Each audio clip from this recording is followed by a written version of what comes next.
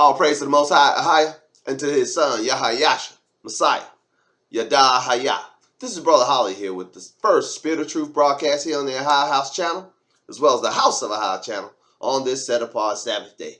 First and foremost, as always, like to give all glory, praise, and honor to the great I am, he who is, was, and is to come, the Almighty One, AHAYAH, and to his son, AHAYAH'S, Messiah, who gave himself for us that we might have life, and that life is in him, AHAYAH. Now, I'd like to begin this broadcast giving the Most High honor, glory, and praise for my almost full recovery from the sinus infection, from the bronchitis that followed, from all that sickness I've been dealing with for nearly a month now. The Most High was gracious unto me, and I have to tell you the truth, children. It's when I read the scriptures last week about praying and then asking to forgive those who have trespassed against you, and then you will be forgiven. That's when the breakthrough happened. See, I had some resentment and uncontentment in my heart towards some people, and the Most High is just gonna let me suffer until I acknowledge that. Let them go, and then he let me go. So I stand here today, in the high 90 percentile, almost 100% free and clear. So I just give Most High glory and honor and praise, and I thank him for bringing that to my attention, because if you have unforgiveness in your heart, children, deal with it today. Do you not want to go to your reward with an unforgiveness in your heart? For the Most High will not be able to forgive you if you don't forgive others. He will not be merciful unto you if you are merciful unto others. Let that message sink in. We ain't talking about forgiveness. We ain't talking about being merciful. But let that sink in. That's straight off the hot off the presses. You cannot go to your judgment with unforgiveness in your heart. So whoever it is you got aught against, let them go today. Say, Father, I let them go. I release them. I do not hold a grudge. No grudge holding. Forgive them. Whatever they did, forgive them. Just forgive them. Forgive them. That the Most High may forgive you. We're going to have to concentrate, children. I say we because I'm as guilty as most of you are, with not staying in the right mindset on a 24/7 basis. Sometimes I slip into, grudge holding. Sometimes I slip into, anger. Sometimes I slip into wanting to extract vengeance. But I got to keep remembering what the scriptures say. Don't you dare seek vengeance. Vengeance belongs to AHAYAH. He will revenge all such. So I just turn it all over to him. He's the avenger of those who've been wronged. So if you've been wronged today, as I have, children, just turn it over to AHAYAH. Let him be your revenger, and see your desire upon your enemies this day in his righteousness and in his glory. All praises unto him. We'll be reading from the King James Version, Apocryphy, King James plus Apocryphy version, the truth revealed and restored. Abba, Father, AHAYAH, Yeshaya, Kodash, Akkad, Ancient Paleo Hebrew, English Bible. And while we're using this book of scriptures, is we'll be reading from the book of Sirach in the Apocrypha. And I'd like to make a short shout out about the book Sirach. I find it to be one of my favorite books in all the Apocrypha books.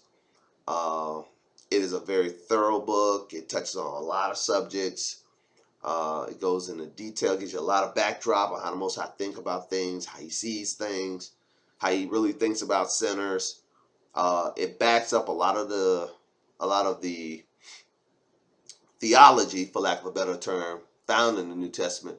You can find the precepts for a lot of New Testament theology, both in the Gospels and in the epistles of the apostles, found in the book of Sirach.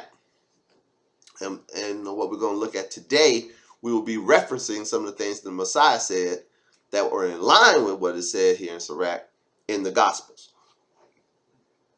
And We will also see some of the Apostle Saul, whom we all trust, who the world calls Paul, referring to precepts found in the book of Sirach as well. Let's go. Sirach chapter 29. And we're gonna be talking about for a subject, how to deal with people financially. In just recent broadcasts, we talked about how the Most High prospers us, how the Most High gives us power to get wealth. But all this wealth and all this prosperity is not just for you to hoard it, children.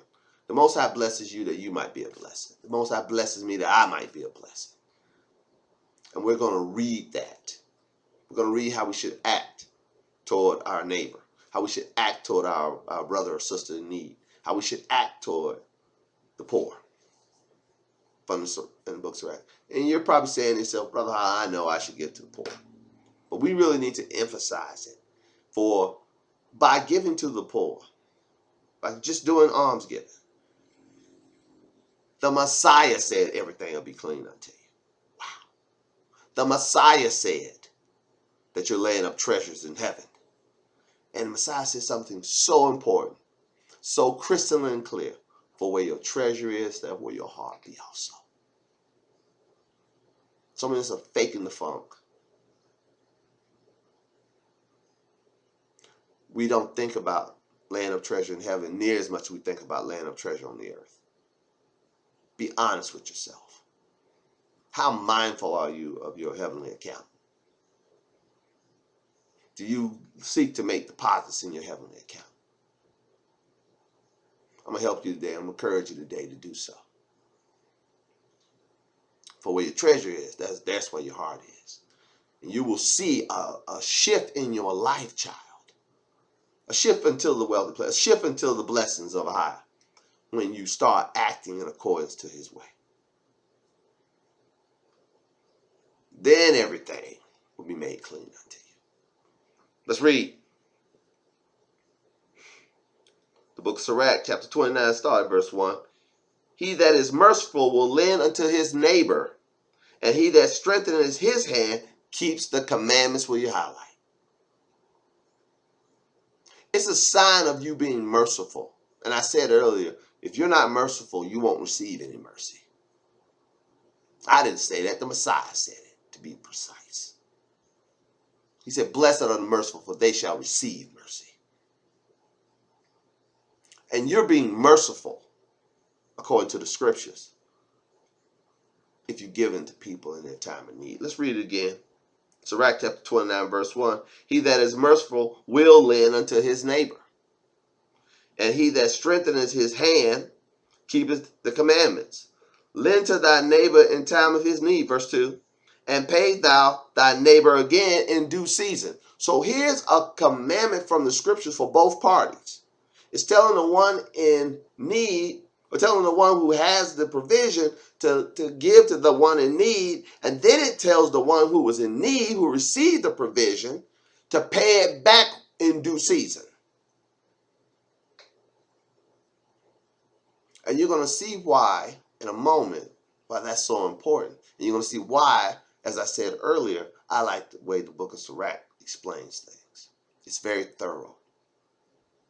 It goes into detail of the damage that is done to this relationship between the one who gave and the one who has the obligation to repay if the repayment is not done, or if the giving is not done in a timely manner. Let's continue to read. Let's read verse 2 again. Lend to thy neighbor in time of his need, and pay thou thy neighbor again in due season. Keep thy word and deal faithfully with him, and thou shalt always find the thing that is necessary for thee. Will you highlight? This is why it's so important, if you receive something from someone, to pay them back. Because they'll be there for you again if you deal faithfully. You say, hey man, I'll pay you back. I got you as soon as I get it. If you're prompt in doing that, they mark you down and say, hey, I can loan money to so-and-so, because they paid me right back. they ever come to me again in need, I got them.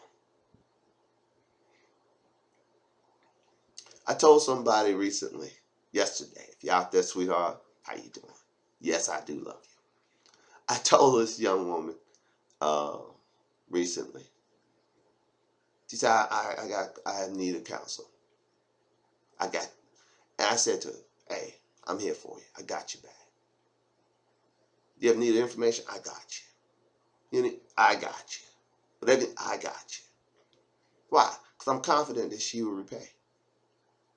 If she needs, she'll repay.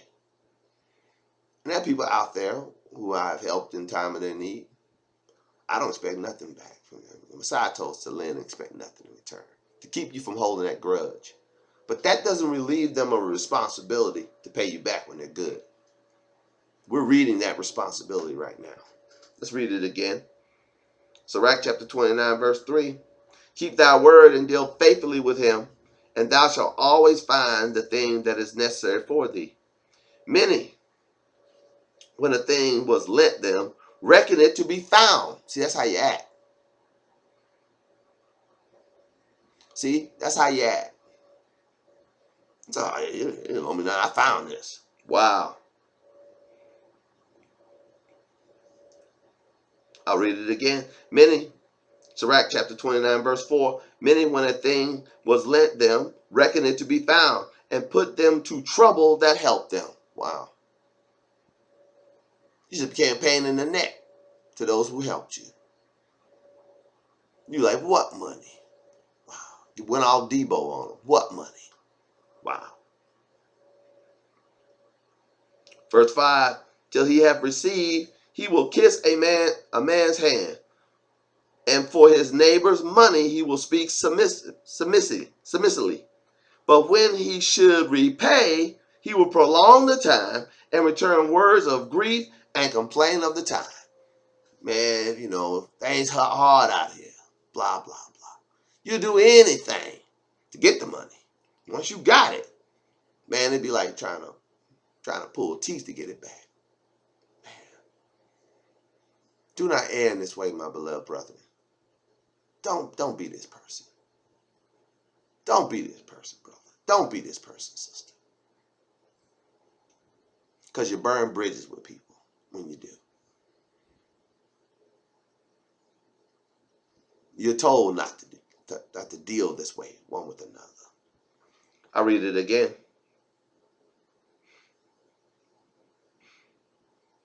Sirach 29:5, till he hath received, he will kiss a man's hand, and for his neighbor's money he will speak submissively. But when he should repay, he will prolong the time and return words of grief and complain of the time. If he prevail, he shall hardly receive the half, and he will count as if he had found it. If not, he hath deprived him of his money, and he hath gotten him an enemy without cause. He payeth him with cursing and railings, and for his honor he will pay him disgrace. Will you highlight? Wow.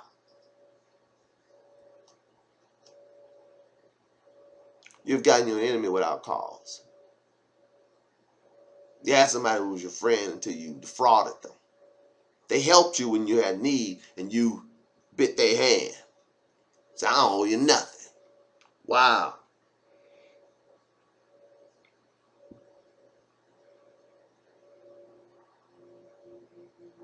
Verse 7, and this is the real overall damage that is caused to the dichotomy. So many people who are worthy of help won't receive it. Verse 7. People who are worthy of help, who would repay, but because you were so slow or didn't pay the person back, word got out that you're some kind of, borrow once and never repay deadbeat. Listen what will happen when you act like that for the others. Verse 7. It says, many therefore have refused to lend for other men's ill dealing, fearing to be defrauded. Will you highlight? There it is. How many of you mailbox get filled to the brim? I know mine does. With every organization under the sun asking for money. Asking for money. Every organization under the sun asking for money. Asking for money.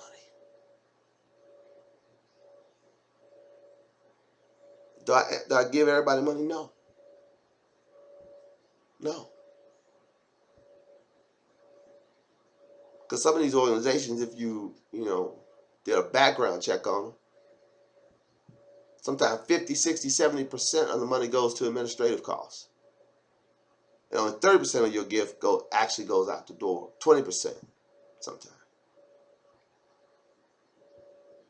That was not your intent. Your intent was 100% to go to the starving people wherever. When you hear about that, you don't listen to the call. Though the call may be legit. The legit people who are actually trying to help people won't get funded because of the ripoff artists. And you've known of it, you've heard of it, you've seen it. So you're slow to respond. I'll read it again.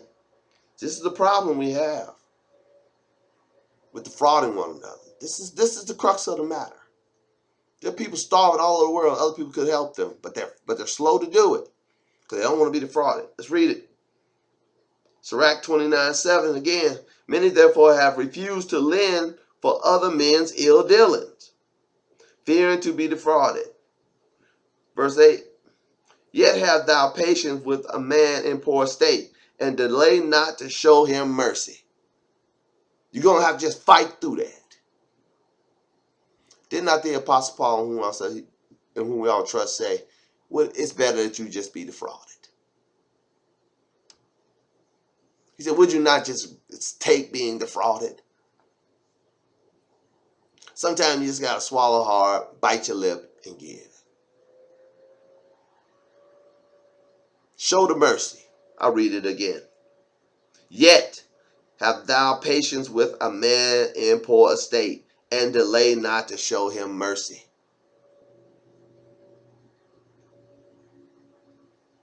I saw 2 cases yesterday of people on the street. 2. I asked the Most High Spirit about one of them. I had not seen him before. I just asked the Most High Spirit. I was in traffic. He was on the side of the road. I said, is he legit? He said, no, he's defrauding people. I said, thank you. And then I saw another individual who I've seen before. I know him to be in a poor state. And I was moved to help him. This ain't the first time I helped him. I was moved to help him yet again. All praises. And I thank the Spirit of AHAYAH for giving me the discernment to not help the sinner, but to help the poor man in his estate. All praises. Pray for discernment, children. The Spirit of AHAYAH will lead you and guide you into all truth. Messiah told you that. And we're told to have our affairs guided with discretion. Your affairs will be guided with discretion. Help those in need, children. If you think you've been defrauded, you probably have. It's okay. AHAYAH'S. He'll reward you for your obedience to the commandment. We're going to read that too. I read verse 8 again. Sirach chapter 29, verse 8. Yet have thou patience with a man in poor estate, and delay not to show him mercy. Lose thy money for thy brother and thy friend, and let it not. Help the poor for the commandment's sake. Verse 9. Help the poor for the commandment's sake, and turn him not away because of his poverty. Will you highlight? Let the commandment to help out those who are poor override your suspicions. Because what did Messiah tell us? Give and expect nothing in return. What does it say in Ecclesiastes? Cast your bread upon the waters. You don't know which venture is going to be good, bad, or indifferent. You don't know. No way to tell.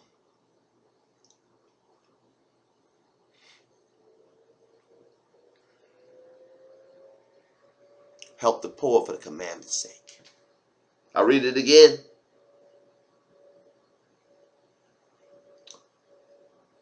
Sirach chapter 29, verse 9. Help the poor for the commandment's sake, and turn him not away because of his poverty. Lose thy money for thy brother and thy friend, and let it not rust under stone to be lost. Lay up thy treasure according to the commandments of the Most High, and it shall bring thee more profit than gold. With your highlight. Let's read how to lay up your treasure. Turn me to the book of Luke. Hold your place in Sirach chapter 29. We're coming back.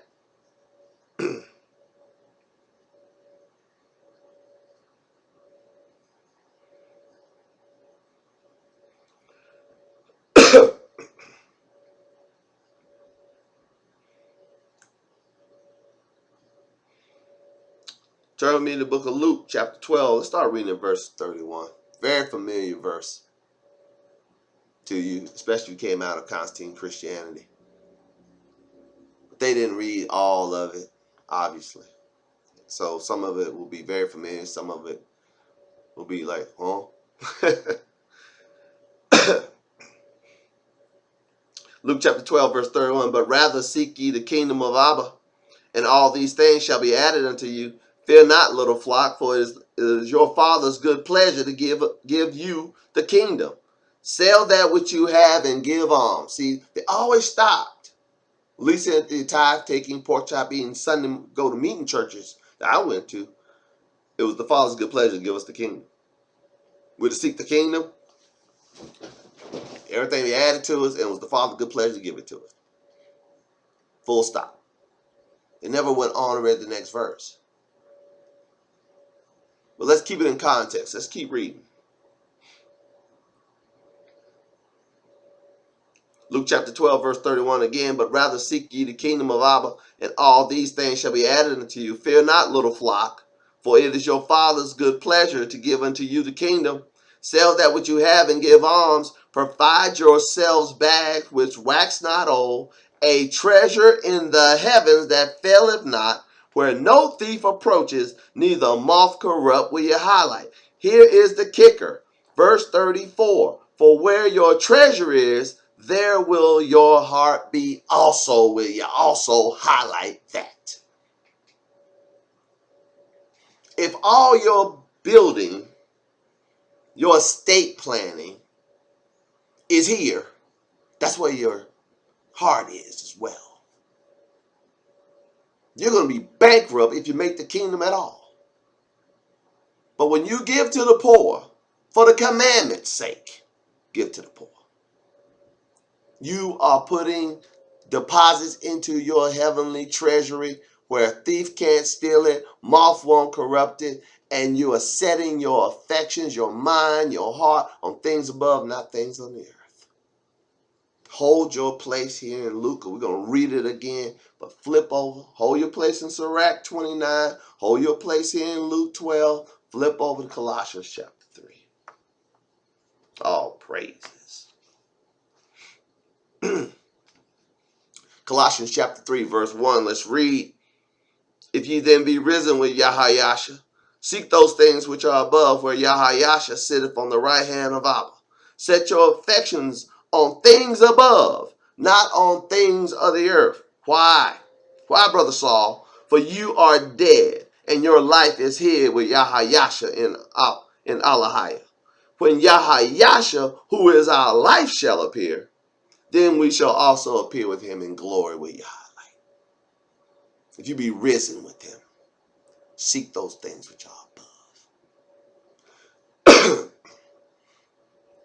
We've been raised up together with him to sit with him in heavenly places, far above all principality, power, might, dominion. From that vantage point, it's a lot easier to deal with the problems and issues of life, wouldn't you say? You should actually believe the writings of the great apostle Saul, whom we all trust. He said plainly in Ephesians, we've been seated together with him in heavenly places. We've been risen with him and seated with him in heavenly places, far above all principality and power. And if you've been risen with him, seek those things which are above, not the things here on the earth. Let your treasure be there. Let your heart be there. For where your treasure is, so is your heart. And the way you show that your heart and your treasure is in heaven is by giving alms here on the earth, by helping the poor here on the earth. This is helping the poor for the commandment's sake. Back to Luke one more time. Luke chapter 12, verse 31 again. But rather seek ye the kingdom of Abba, and all these things shall be added unto you. Fear not, little flock, for it is your Father's good pleasure to give to you the kingdom. Sell that which you have and give alms. Provide yourselves bags which wax not old, a treasure in the heavens that faileth not, and no thief approacheth, neither moth corrupt. For where your treasure is, there will your heart be also, will you highlight. Back to Sirach.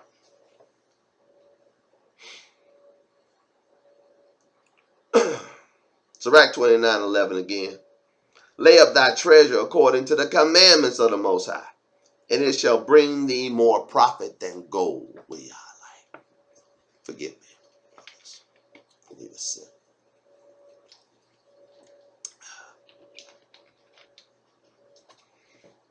Thank you for your patience. Sirach 29:12. Shut up alms in thy storehouses, and it shall deliver thee from all affliction. Oh, praises. How do you shut up alms in your storehouse? Your storehouse is in heaven. When you give alms here on the earth, you're putting stuff in your heavenly account. That's how you shut up alms in your storehouse. And it'll do what? What will it do? Verse 12 again, Sirach from the Apocrypha, the book of Sirach, chapter 29, verse 12, says, shut up alms in thy storehouses, and it shall deliver thee from all affliction. It shall fight for thee against thy enemies, better than a mighty shield and strong spear. An honest man is surety for his neighbor, but he that is impudent will forsake him. Will you highlight? Now we on some treacherous ground here. For it says in other places to not be a surety for a man.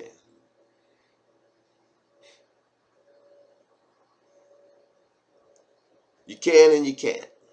You're not condemned if you don't. But you're taking on some liability if you do.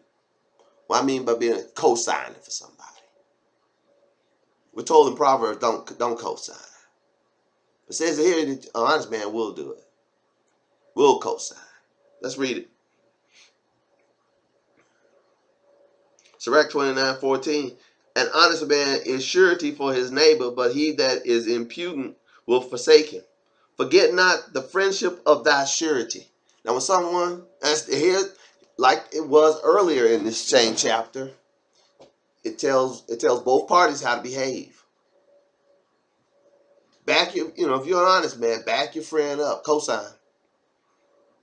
And if you get co-signed, if someone co-signed for you, what does it say for them to do? Forget not the friendship of thy surety, for he hath given his life for thee. Wow. That's what you're doing when you co-sign. You're signing away a lot of your livelihood. You're signing away based on their ability to repay. A sinner will overthrow a good estate of his surety. How? By walking away from the debt. Once you co-sign, ain't that debt really anymore. It's yours. and a sinner just walk away and overthrow your estate. Wow. And he that is of an unthankful mind will leave him in danger that delivered him. Wow. That's why I enjoy the book of Sirach so much. It gives instructions, very detailed, letting you know the mindset of the person who will walk away from a deal that someone else co-signed for them. They just walk away and won't repay it, knowing that they ain't got nothing to do with it no more, and they left their friend, this person who supposedly their backup and friend, holding the bag. I read it again. Sirach 29:16. A sinner will overthrow the good estate of his surety, and he that is of an unthankful mind will leave him in danger that delivered him. Suretyship hath undone many a good estate, and shaken them as a wave of the sea. Mighty men have it driven from their houses, so that they wandered among strange nations. Where you highlight, man, we're talking about something that can bring you to ruin here on the earth.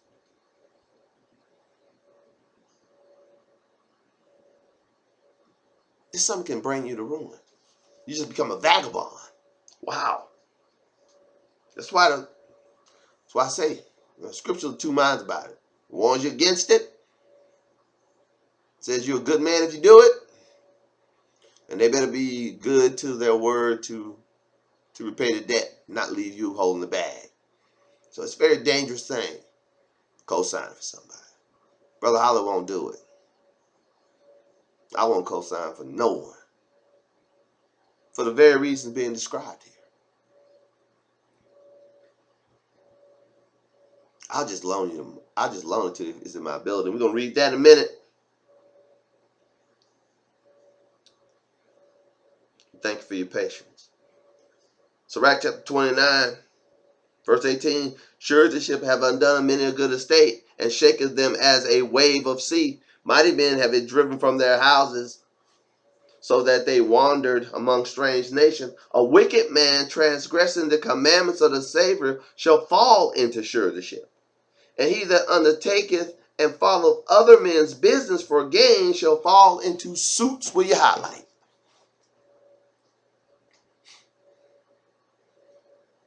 You co-signing for some other person's business venture because they promised you, a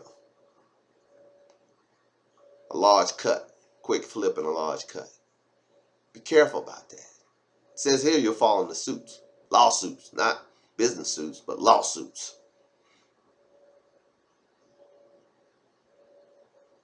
Don't be co-signing for someone else going into business. Don't do it. They don't leave you holding the bag, and you're going to be the one to get sued. Wow. Hey, you should read the book of Sirach more often.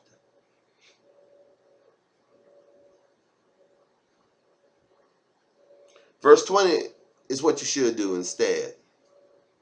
Instead of co-signing. This is what you should do instead. Verse 20, it says, help thy neighbor according to thy power, and beware that thou thyself fall not into the same. Will you highlight? Help him according to your power. Just give it to him. Just give him the money. Don't co-sign any longer. Just help him out if you can. If you got it in your power to help him, help him. If not, you can't. If you can, you can. You can't, you can't. You can't always bail people out. It ain't for you to always bail them out. How do you know, Brother Holly, when you should bail them out and when you shouldn't? If you have it to do it, then do it. If you don't have it, you don't have it.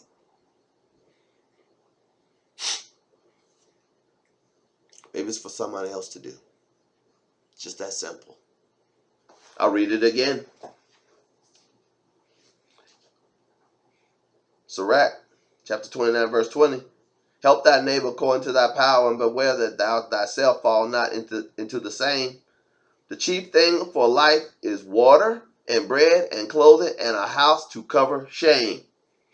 Better is a life of a poor man in a mean cottage, mean being of modest, a modest cottage, than delicate fare in another man's house. Will you highlight? Better is to have your own home paid for than living in a palace, living in somebody else's palace that's written. I've said it before on this channel, so I'll say it again. Brother Holly currently lives 1 city block from the Atlantic Ocean. I can look out this window over these glasses and see beautiful Atlantic Ocean through the palm trees. I am indeed blessed to be here. But this is not my home. I have a home that I'll be going to, most high willing, in the coming months. I'll be reoccupying one of my homes, and I look so forward to it. I look forward to the lack of expense that provides me, and it's comforting. It's a lot simpler than this where I'm currently am. But it says right here, better is that mean cottage than for me to be here. I'll read it again. This is speaking to me. Better is the life of a poor man in a mean cottage than delicate fare in another man's house. Be it little or much, hold thee contented, that thou hear not the reproach of thy house. Will you highlight?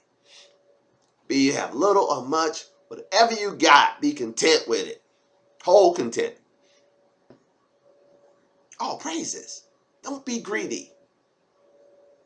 Just be content.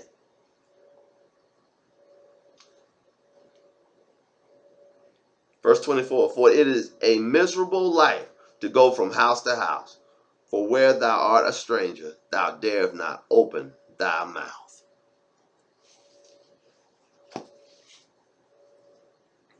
So let's review. Give alms. It's what you have. Everything be clean to you. Give alms, for they'll be your defense in time of affliction. If your brother have need, your brother's poor, give to him for the commandment's sake. If someone loans you some money, pay them back. Be quick about it. Don't hesitate. Don't act like you found the money. So by doing so, you make them hesitant to help others in the future. Where your treasure is, there will also be your heart. You set your affections on things above, not things of this earth, and the Most High will provide you bags that wax not old, a treasure in the heavens where thief and moth doth not steal and corrupt. All praise to the Most High, AHAYAH, and to his son, AHAYAH'S, Messiah, Yada, Hayah.